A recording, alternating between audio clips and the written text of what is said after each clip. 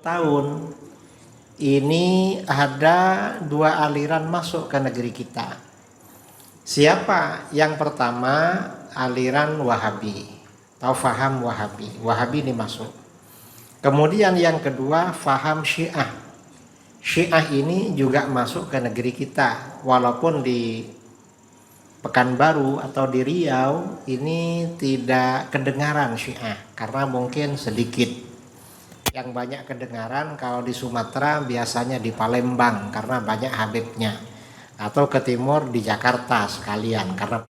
Kemudian juga mulai berkembang ya setelah kemerdekaan ini paham sekuler. Sekuler ini artinya upaya memisahkan negara dengan agama. Negara diatur tidak mengikuti peraturan agama, dan paham sekuler ini di dunia Islam, tokoh yang populer yang disebutkan tadi adalah Mustafa Kamal Atatürk yang merobohkan dinasti Utsmani, Khilafah Utsmani di Turki. Kemudian Turki dipisah dari negara-negara Islam yang lain, berdiri Republik Turki. Ini yang kita bicarakan. Pertama, Wahabi. Wahabi ini sebenarnya sejarahnya bagaimana? Sejarahnya Wahabi ini nisbat kepada pendirinya Syekh Muhammad bin Abdul Wahhab bin Sulaiman An-Najdi. Jadi Muhammad bin Abdul Wahhab. Mengapa nisbat kepada ayahnya Abdul Wahhab? Ya karena paling mudah dikenal.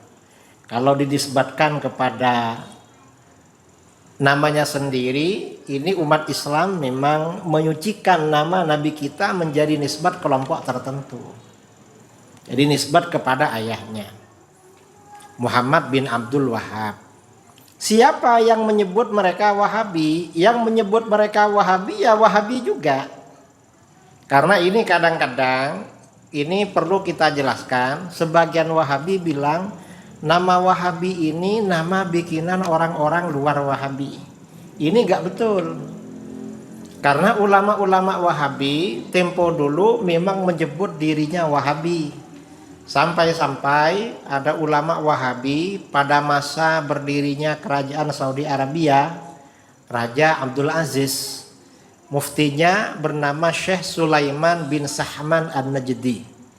Menulis kitab berjudul Al-Hadiyatus Saniyah wa Tuhfatul Wahabiyah An-Najdiyah. Hadiah yang luhur dan anugerah kaum Wahabi dari Najd. Artinya apa? Ajaran Wahabi ini dianggap anugerah dan hadiah. Ini mereka golongan Wahabi. Jadi mereka sendiri memang menamakan dirinya Wahabi. Ini bukan kita yang membikinkan nama mereka. Kita misalnya punya tetangga kita punya anak. Kira-kira kalau tetangga kita punya anak, yang bikin namanya siapa? Kan orang tuanya. Kalau misalnya orang tuanya musuhan dengan kita, masa kita mau bikinin nama anaknya? Kan enggak kan? Ya orang tuanya. Orang itu juga sama dengan nama Wahabi. Nah, Muhammad bin Abdul Wahhab ini lahir di negeri Najd. Najd itu ya di daerah dari kota Madinah ke timur. Kalau dari kota Mekah itu ke timur ke arah utara, arah Irak. Itu Najd namanya. Jadi dari negeri Najd, lahir tahun 1111. Jadi gampang menghafal kelahirannya pendiri Wahabi. Karena angkanya 1111 Hijriah. Dan meninggal tahun 1206. Jadi umurnya itu lumayan panjang ya.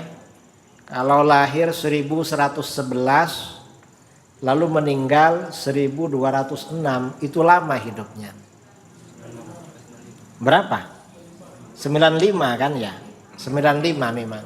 Nah, Muhammad bin Abdul Wahhab ini pendiri Wahabi sejak masa mudanya memang aneh. Mengapa? Karena ketika berguru, belajar kepada guru-gurunya, di antara gurunya adalah Al-Imam Muhammad bin Sulaiman Al-Qurdi Al-Badani di Madinah ya. Imam Al-Qurdi ini ulama mazhab Syafi'i. Gurunya ini punya firasat. Ini aneh anak ini, nanti bahaya ini. Muhammad bin Abdul Wahhab. Bukan cuma gurunya, ayahnya sendiri juga begitu. Ada kitab ya yang diterbitkan oleh ulama Wahabi sekarang. Kitab berjudul As-Suhubul Wabilah ala Dharaihil Hanabilah, karangan ulama Mekah. As-Suhubul Wabilah ini menjelaskan tentang ulama-ulama yang bermadzhab Hambali. Ketika menulis biografi Syekh Abdul Wahhab bin Sulaiman At-Tamimi An-Najdi, ayahnya pendiri Wahabi, ini menyinggung anaknya. Ini ayahnya pendiri Wahabi yang berbahaya. Ayahnya ini memang mengingatkan sama masyarakat pada waktu itu. Mengingatkan, hati-hati dengan anak saya Muhammad, ini bahaya, akan membawa kerusakan. Nah, Wahabi ini ya tempat kelahirannya di negeri Najd. Najd ini memang di dalam hadis riwayat Imam Bukhari dari Abdullah bin Umar radhiyallahu anhuma, Najd ini memang sudah dinubuatkan. Dinubuatkan itu artinya dikabarkan ya, bukan diramalkan. Kalau ramalan kan mungkin terjadi, mungkin nggak terjadi.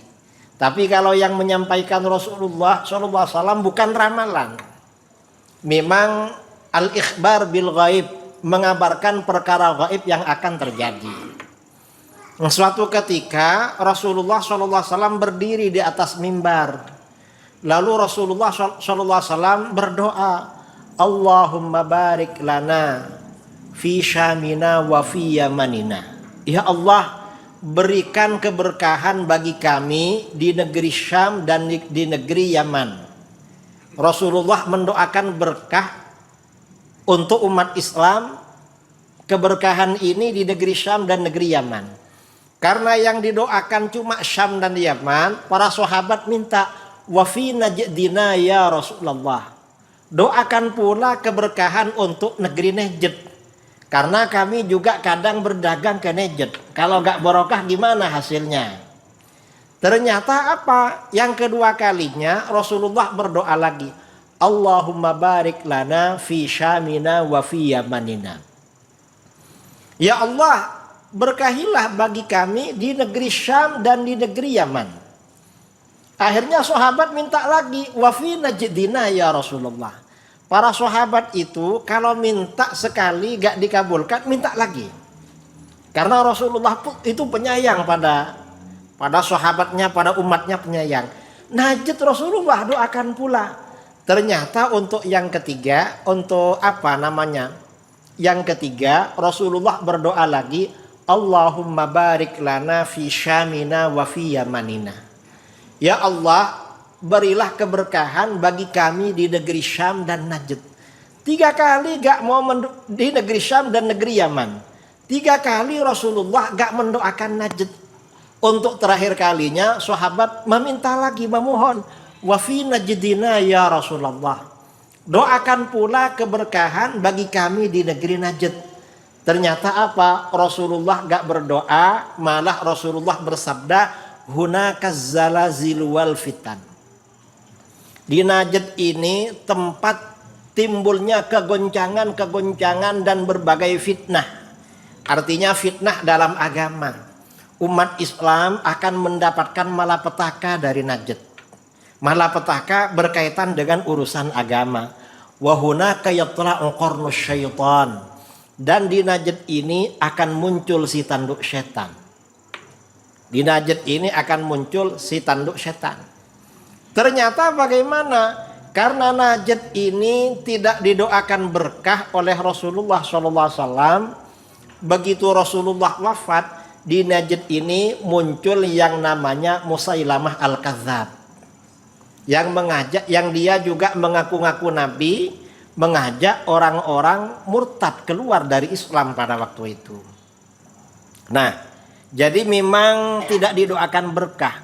Dalam perjalanan waktu, karena Najd ini tidak didoakan berkah, selama 1000 tahun lebih Tidak muncul seorang ulama besar atau orang soleh atau orang wali dari Najd. Gak ada. Saudara nanti ya, para pelajar kalau sudah pandai baca kitab, lalu beli laptop, lalu buka Maktabah Syamilah, himpunan kitab-kitab berbahasa Arab, lalu dikaji biografi para ulama sejak masa sahabat sampai pra berdirinya Wahabi selama 1000 tahun. Ulama-ulama, perawi hadis, orang-orang soleh, cari ulama yang nisbatnya, yang daerahnya An-Najdi tidak akan dapat. Gak ada. Mengapa? Karena memang gak barokah. Rasulullah gak mendoakan berkah. Kalau ulama dari negeri-negeri lain, misalnya Al-Baghdadi, Al-Iraqi, atau Ad-Dimashqi, Al-Yamani, Al-Hadrami, itu ramai. Tapi An-Najdi gak ada. Baru setelah akan muncul aliran Wahabi, di Najd ini mulai ada ulama-ulama. Dan terakhir dan akhirnya apa? Muncul sang pendiri Wahabi namanya Muhammad bin Abdul Wahhab. Setelah muncul oleh para ulama, oh ini berarti yang dimaksud di dalam sabda Rasulullah SAW sebagai si tanduk setan. Nah, mengapa Wahabi ini dianggap tanduk setan? Hewan itu ya, hewan, misalnya kambing ya, atau saudara kalau lihat YouTube, kalau banteng Afrika itu kalau diserang oleh singa, itu biasanya akan dilawan dengan tanduknya. Artinya tanduk itu kekuatan. Kekuatannya hewan ada pada tanduk. Di akhir zaman, kekuatan setan itu ada pada tanduknya. Siapa tanduknya? Wahabi. Kok bisa begitu? Karena orang ya, misalnya orang sholat berjamaah ke masjid. Setelah sholat berjamaah kan zikir. Zikir bersama, zikir berjamaah. Lalu doa bersama. Kadang-kadang dia habis sholat, hatinya tarik menarik. Ini ikut zikir enggak? Ikut zikir apa enggak ya? Karena mau turun tolah-toleh jamaah gak ada yang turun, akhirnya malu mau turun. Terpaksa ikut zikir. Wah, ikut zikir dulu lah. Ini kalau turun malu. Apalagi di belakang ada calon mertua misalnya. Ini malah bisa gak jadi nanti. Bisa gak lanjut lamaran ini. Ada calon. Artinya gak kuat. Oleh setan ditarik-tarik untuk turun dari masjid gak kuat. Akhirnya apa? Suatu ketika orang ini salah ngaji, salah ikut kajian. Kok salah ikut kajian? Belajar pada orang Wahabi. Gimana kata Ustadz Wahabinya? Zikir bersama habis sholat hukumnya bid'ah dan haram, masuk neraka. Disampaikan dalilnya, gini, kullu bid'atin dhalalah, semua bid'ah adalah sesat. Oh, ternyata zikir bersama di Az-Zahidin itu bid'ah, haram. Berarti kalau ke Az-Zahidin ikut berjamaah aja, habis sholat langsung pergi. Dia berjamaah, mungkin as-safnya di depan. Begitu selesai sholat, imamnya zikir suara keras, akhirnya apa? Ini langsung pergi. Mengapa? Kena tanduk oleh setan. Keluar dari masjid. Asalnya dia malu mau turun. Setelah kena tanduk setan, dia turun gak merasa bersalah, malah merasa masuk surga. Dan yang berzikir dianggap bersalah. Dibolak-balik oleh orang Wahabi. Ini contoh ya tanduk setan. Atau misalnya apa lagi?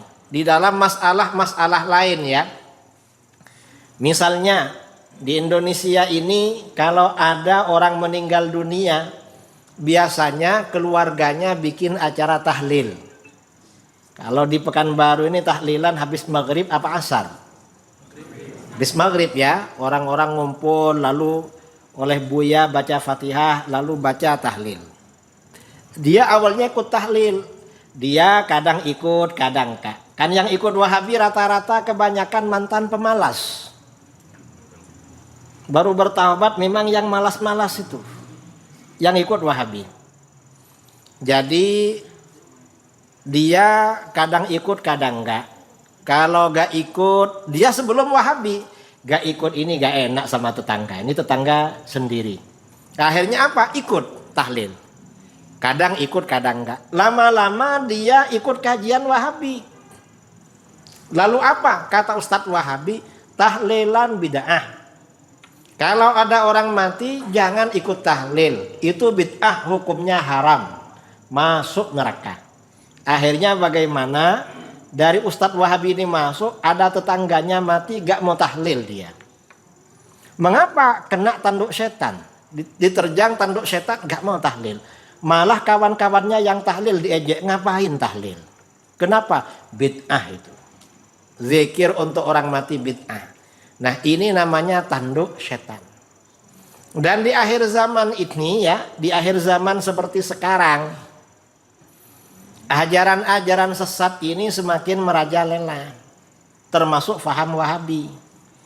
Di Pekanbaru ini, Wahabi ini termasuk lumayan besar, karena masjid-masjidnya besar. Provinsi lain di Sumatera seperti Jambi, kemudian Medan ya, kemudian yang selatan Padang itu kalah dengan Pekanbaru itu. Ini luar biasa. Dan mereka bikin masjid-masjid baru. Dan ini orang-orang ini dididik kalau mereka punya lembaga tahfidz, lembaga madrasah, pesantren atau sekolah, anak-anaknya, murid-muridnya dididik untuk membid'ahkan orang. Ini namanya generasi tanduk setan. Makanya dari sini kita ya, umat Islam ini memang perlu mengadakan pendalaman ajaran Ahlus Sunnah wal Jamaah. Gimana sebenarnya hal-hal yang perlu kita yakini di dalam beragama. Bagaimana juga sebenarnya hal-hal yang perlu kita lakukan di dalam agama. Dan ternyata ini ajaran-ajaran agama kita oleh para buya tempo dulu sudah banyak ya diajarkan melalui simbol-simbol budaya dan tradisi. Simbol-simbol budaya dan tradisi ini ya sebenarnya memang ajaran Islam. Buya-buya dulu gak menyampaikan dalil karena dulu kitabnya gak ada di sini. Tapi ajarannya ada. Sekarang ini sudah mau dihapus. Saya beberapa bulan yang lalu diundang Perhimpunan Pedagang Minang di Jakarta. Ada Perhimpunan Pedagang Minang di Jakarta, setiap ke Jakarta sering undang saya. Lalu pas ngobrol-ngobrol mereka curhat, gimana ini Kiai, di Minang ini Wahabi udah ramai. Apa ajakannya? Mereka melarang ziarah kubur. Loh, kok dilarang ziarah kubur? Katanya bid'ah. Lah bid'ah gimana? Rasulullah tiap malam ke makam para sahabat di Baqi.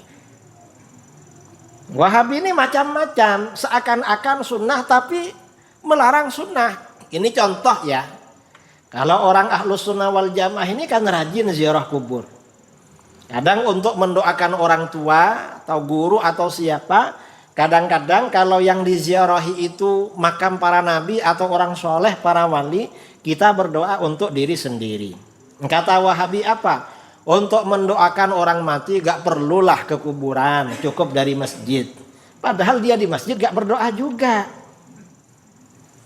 Kan gak berdoa langsung turun. Hanya melarang kita aja. Lalu kita jawab bagaimana? Loh, mendoakan orang mati ke kuburan langsung itu juga sunnah. Karena di dalam hadis riwayat Imam Muslim, kata Sayyidah Aisyah radhiyallahu anha, Rasulullah SAW setiap giliran saya di rumah saya, kata Aisyah, akhir malam itu ke makam Baqi.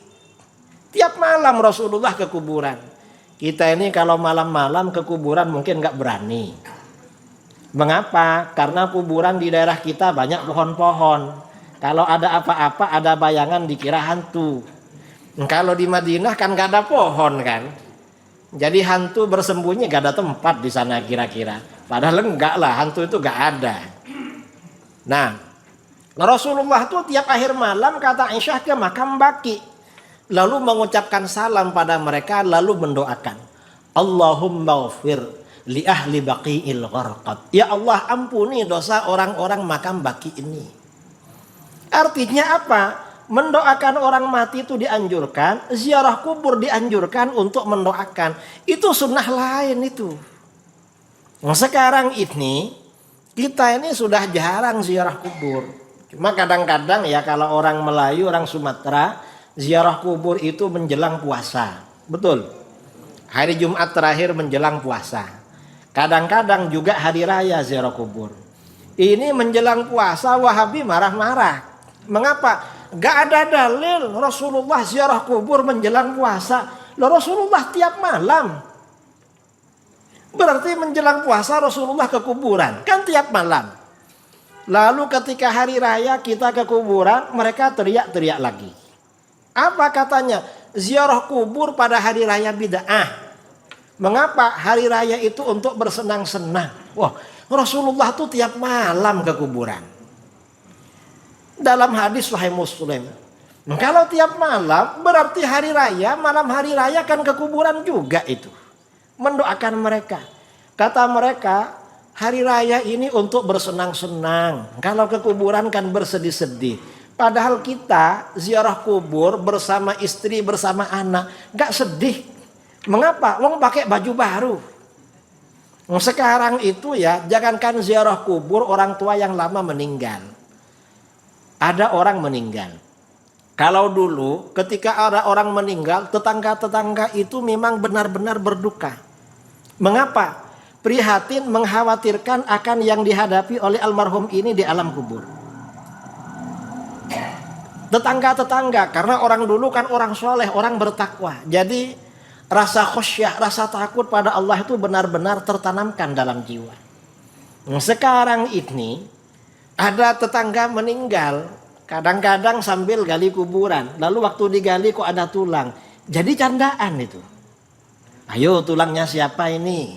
Ini makciknya siapa? Jadi candaan. Mestinya kan jadi peringatan. Apalagi waktu berangkat itu. Ada yang bercanda sekarang itu. Artinya apa? Sekarang ini orang ke kuburan gak ada yang bersedih. Malah kadang-kadang di kuburan sempat selfie-selfie itu. Jadi ajang foto, habis itu fotonya di-upload ya, di story atau di mana. Loh kok sekarang dibilang orang sedih-sedih? Ini Wahabi. Artinya apa? Bahaya memang ajaran Wahabi ini ziarah kubur. Kemudian juga ya, yang kaitannya dengan ziarah kubur yang dilarang oleh Wahabi ini apa? Kita ziarah kubur ini kan mengucapkan salam. Kalau Wahabi ini kan memang mereka gak ada ziarah kubur. Wahabi ini begitu keluarganya meninggal dunia, sampai di kuburan, kalau cuma dia yang Wahabi, lalu orang-orang baca talqin, dia sendiri yang emosi di kuburan. Menjadi orang tersulut emosinya, menjadi pemarah. Karena talqin katanya bid'ah. Padahal talqin ini memang ijma ulama dari dulu. Para ulama dari dulu di mana-mana nganjurkan talqin. Karena ada hadisnya. Hadisnya walaupun dhaif, tetapi digabung dengan hadis-hadis lain itu bisa menjadi layak untuk dijadikan hujjah kata para ulama. Ini hadis talqin.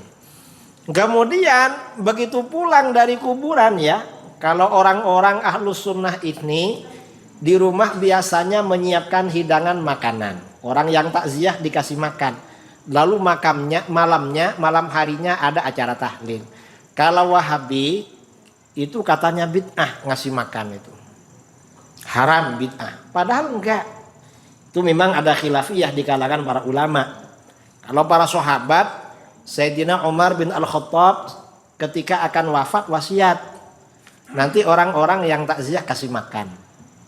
Sebagian sahabat yang lain, Imran bin Husain juga berwasiat kepada keluarganya, fa idza raja'tum fanharu wa at'imu. Nanti kalau pulang habis memakamkan saya, sembelihlah unta atau kambing. Lalu orang-orang yang datang kasih makan. Para sahabat ini ya memang ngasih makan memang. Dan Rasulullah SAW ketika ditanya tentang itu membolehkan.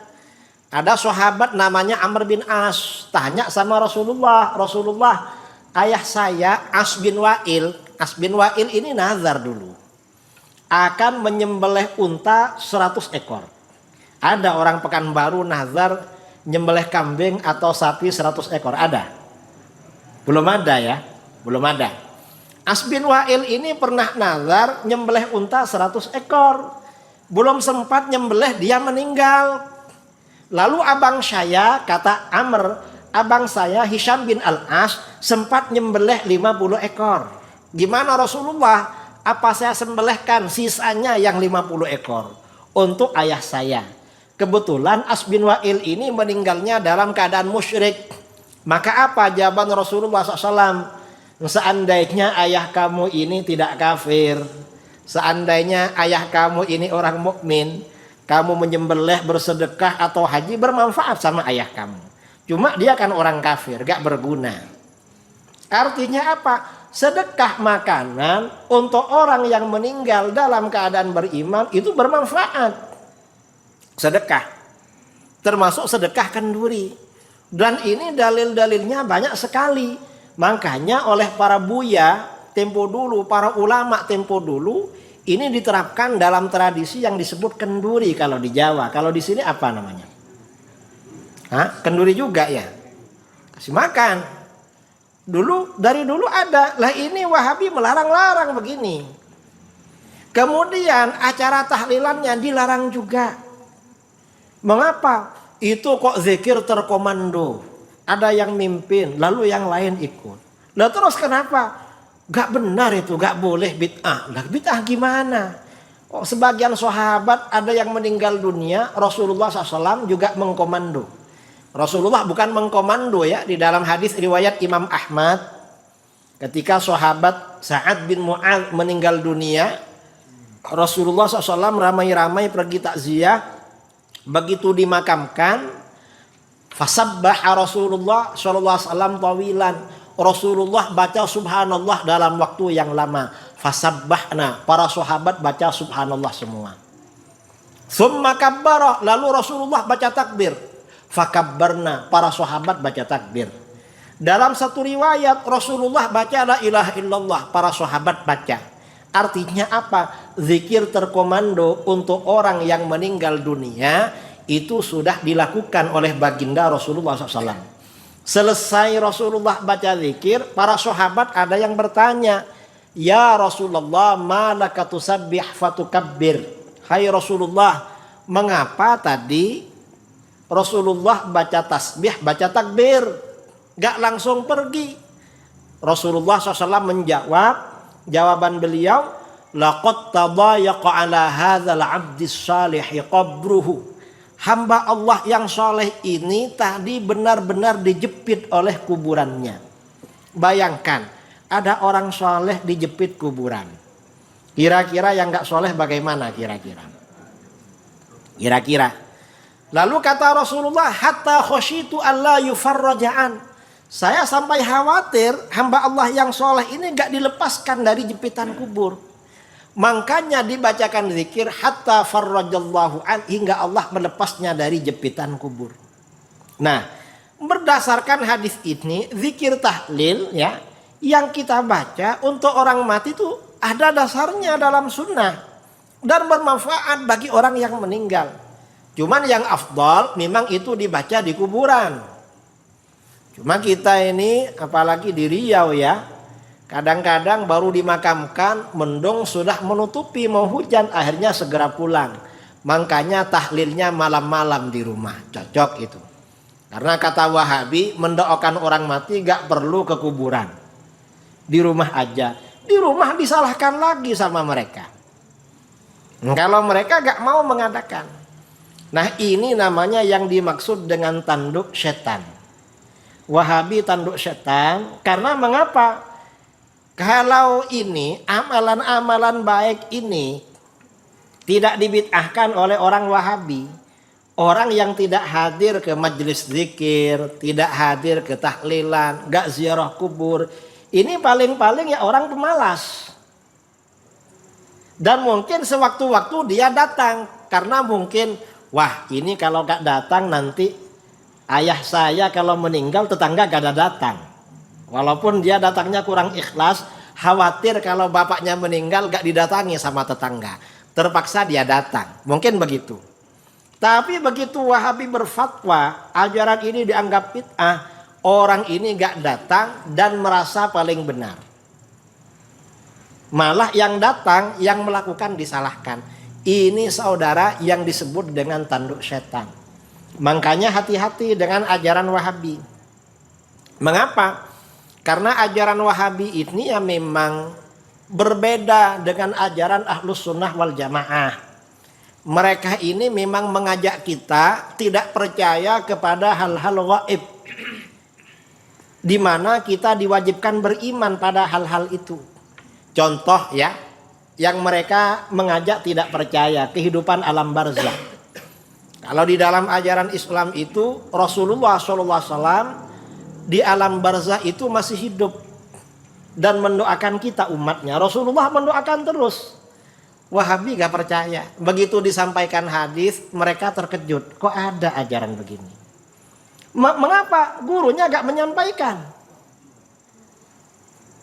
Karenanya ada ulama Wahabi ya, 30 tahun di kota Madinah gak pernah ziarah makam Rasulullah SAW. Dan dia bangga, saya 30 tahun gak pernah ziarah katanya. Bangga. Lah kita ini ingin punya uang tiap bulan ke sana. Mau tiap bulan diajak umroh? Mau kan, ingin ziarah. Wahabi gak mau. Sudah tinggal di sana gak ziarah malah. Mengapa? Ini hatinya keras, ada jafa ya, hatinya keras. Kalau kita ya percaya begini, karena memang di dalam hadis-hadis itu banyak riwayat-riwayatnya. Kalau kita ini dianjurkan ziarah ke makam Rasulullah SAW, ziarah ke makam para sahabat, ya, baik sahabat yang ada di Baqi maupun sahabat yang ada di Ma'la di Mekah, ya, maupun sahabat yang ada di Uhud atau di tempat-tempat lain, atau ziarah ke makam para aulia. Kalau orang-orang Sumatera kadang-kadang datang ke Jawa ziarah makam Wali Songo. Sebenarnya di Sumatera juga banyak makam para aulia, seperti di Aceh ya, di mana itu, di Syahkuala, kemudian di Aceh Utara, kemudian di Barus, kemudian di Padang. Di Padang itu juga banyak makam para aulia, para mursyid thariqah. Kemudian ya di Riau, mungkin ada juga di Riau itu, di mana-mana. Cuma karena penduduk Sumatera ini sedikit, ziarah tidak ramai. Kalau di Jawa penduduknya ramai, di Sumatera ini satu provinsi kadang penduduknya 3 juta sampai 5 juta. Kalau di Jawa tiap provinsi penduduknya 40 juta lebih. Jadi yang ziarah itu ramai terus. Padahal ramai karena banyak orangnya. Makanya orang Sumatera kalau ziarah para wali malah ke Jawa. Padahal tetangganya yang wali banyak juga itu. Cuma karena orangnya sedikit itu. Nah, ini apa? Ini ajaran Wahabi ya yang berbahaya bagi kita. Kemudian tema yang kedua, Mustafa Kamal. Mustafa Kamal ini tokoh sekuler. Dia lahir tahun 1881. Meninggal tahun 1938. Nah, dia ini yang menghancurkan khilafah Utsmaniyah di Turki. Turki yang asalnya dulu ibu kota khilafah yang ditakuti oleh negara-negara barat selama 5 abad. Selama 5 abad negara-negara barat itu takut, dan Amerika dulu bayar upeti ke Turki. Sekarang negara Islam yang bayar sama dia. Sama Amerika, sama barat itu. Dulu yang ditakuti ya Mustafa Kamal ini yang menghancurkan khilafah Utsmaniyah. Di sana dulu orang-orang tuh berjilbab, bercadar ya. Setelah Mustafa Kamal ini berkuasa, para khalifah dideportasi ya. Sultan-sultan Utsmani, Sultan Abdul Hamid itu dideportasi ke Perancis. Kemudian sultan setelahnya dibuang ke Vina, ke Wina, kemana-mana. Lalu dia berkuasa, lalu masyarakat gak boleh pakai jilbab. Perempuan yang sekolah wajib pakai rok mini. Bukan rok mini ya. Kalau rok mini nama orang, rok mini. Saya masih ingat dulu ketika masih kecil, anak-anak sekolah SD, SMP, roknya di atas lutut. Itu kan warisan Mustafa Kamal. Baru setelah tahun 90-an ada demo-demo jilbab baru agak panjang ke bawah. Sekarang ini alhamdulillah sudah ke bawah. Cuma karena pergaulan bebas, kalau sepi-sepi dibuka kadang-kadang. Ini yang rusak. Mengapa? Karena negara ini sudah tidak islami. Dan di Turki ini oleh Mustafa Kamal, simbol-simbol agama diganti dari bahasa Arab ke bahasa Turki.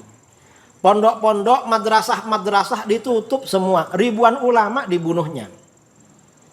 Lebih 5.000 ulama waktu itu yang dibunuh.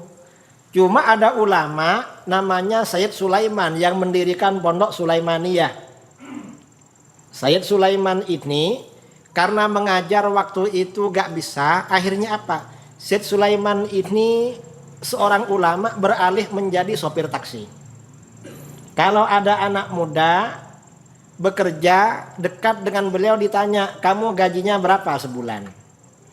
Sekian. Kalau kamu ngaji ke saya kasih gaji lebih dari itu. Ngajinya di mana? Di dalam taksi. Mengapa? Biar agama tetap berjalan. Syekh Sulaiman ini. Itu kan ceritanya pondok-pondok Sulaimaniyah. Jadi orang-orang diajak belajar sambil naik taksi beliau. Diajarkan Al-Quran, diajarkan apa. Sampai kemudian setelah Turki ini agak leluasa ya. Akhirnya madrasah atau pondok Sulaimaniyah ini bisa berdiri di mana-mana. Di Indonesia termasuk di Pekanbaru kan ya. Ada pondok Sulaimaniyah. Itu warisan dari itu Syekh Sulaiman di Turki itu. Karena putar otak gimana caranya. Sampai-sampai ya siapa? Mustafa Kamal ini melarang ibadah haji. Ibadah haji gak boleh pada masa Mustafa Kamal. Gak boleh ibadah haji.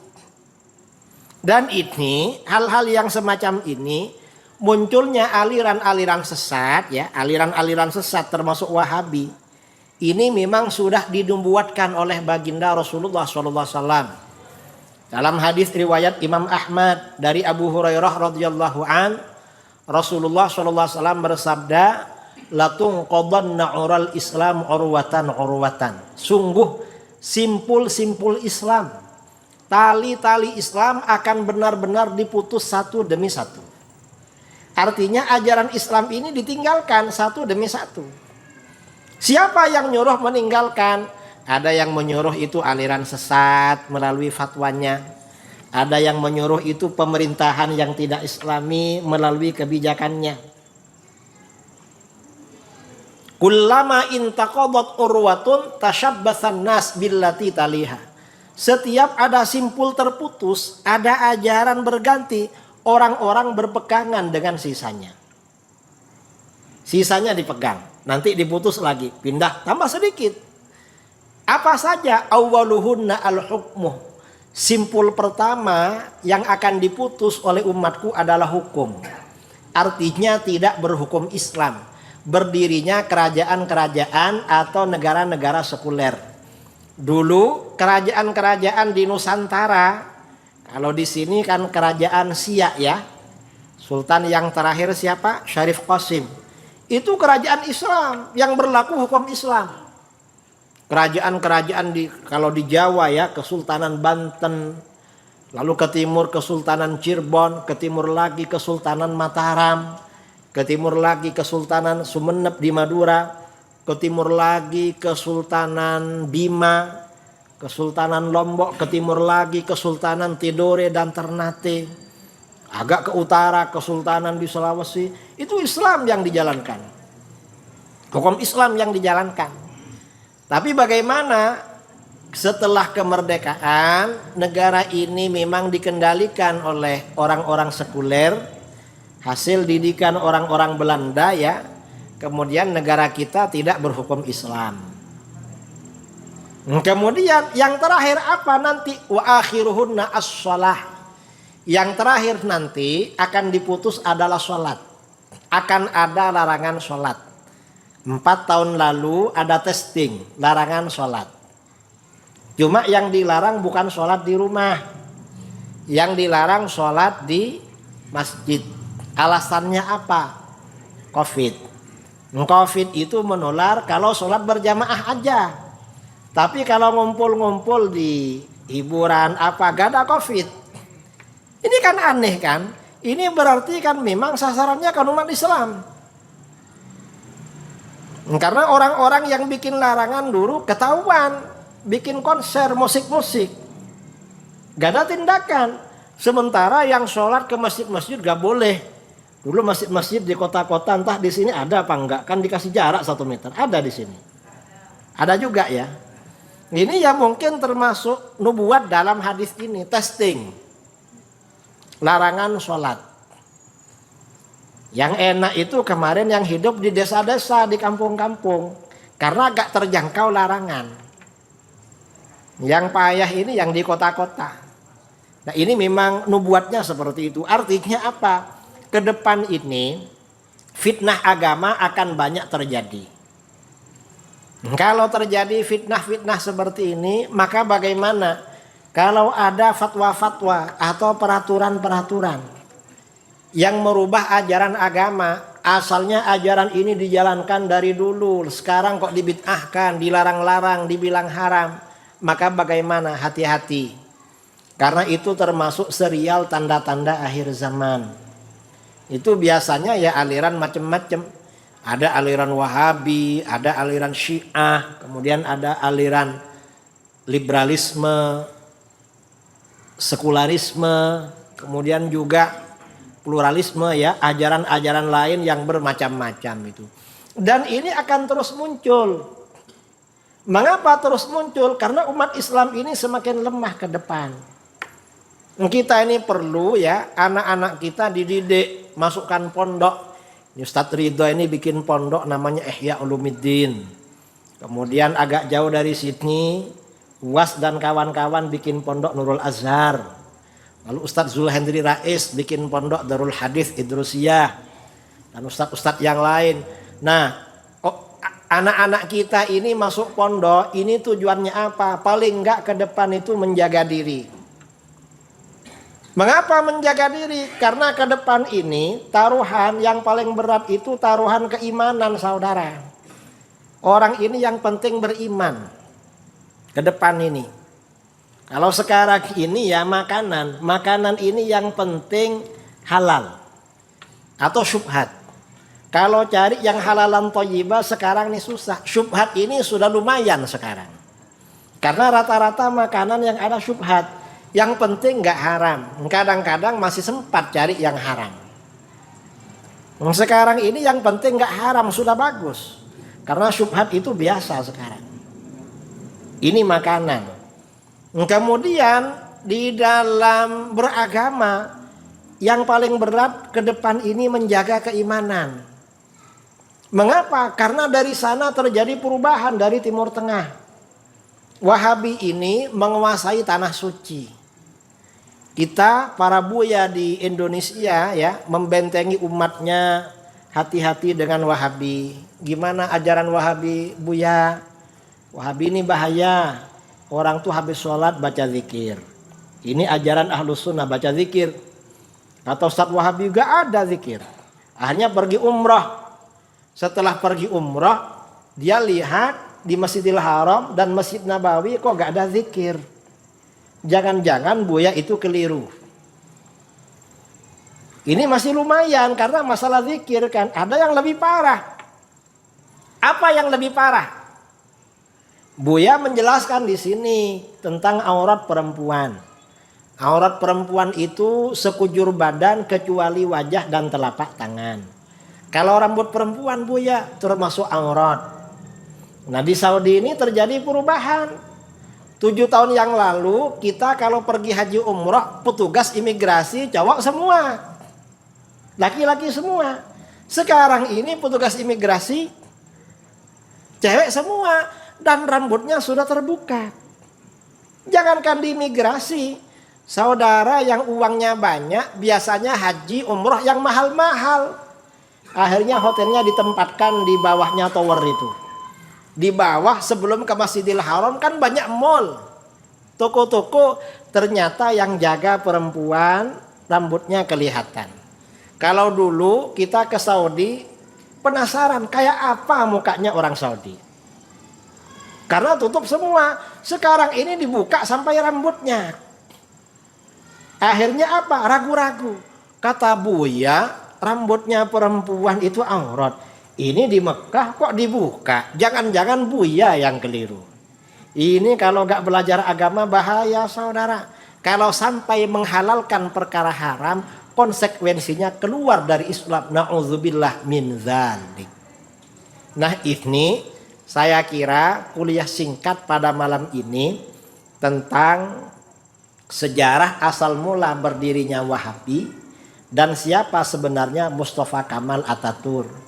Kalau ada orang bilang katanya dia pengidola Mustafa Kamal Atatürk, mungkin dia gak ngerti. Dia gak ngerti, gak usah diikuti orang gak ngerti itu. Ya mungkin cari muka aja karena lagi ke negara sana. Mungkin mau pinjam duit, mau apa gitu lah. Makanya ngomong gitu. Jangan terlalu diambil hati. Tapi yang penting kita tahu, kita azan sholat isya. Nanti habis sholat isya, insya Allah kita sesi tanya jawab ya. Wabillahi taufiq wal hidayah. Assalamualaikum warahmatullahi wabarakatuh.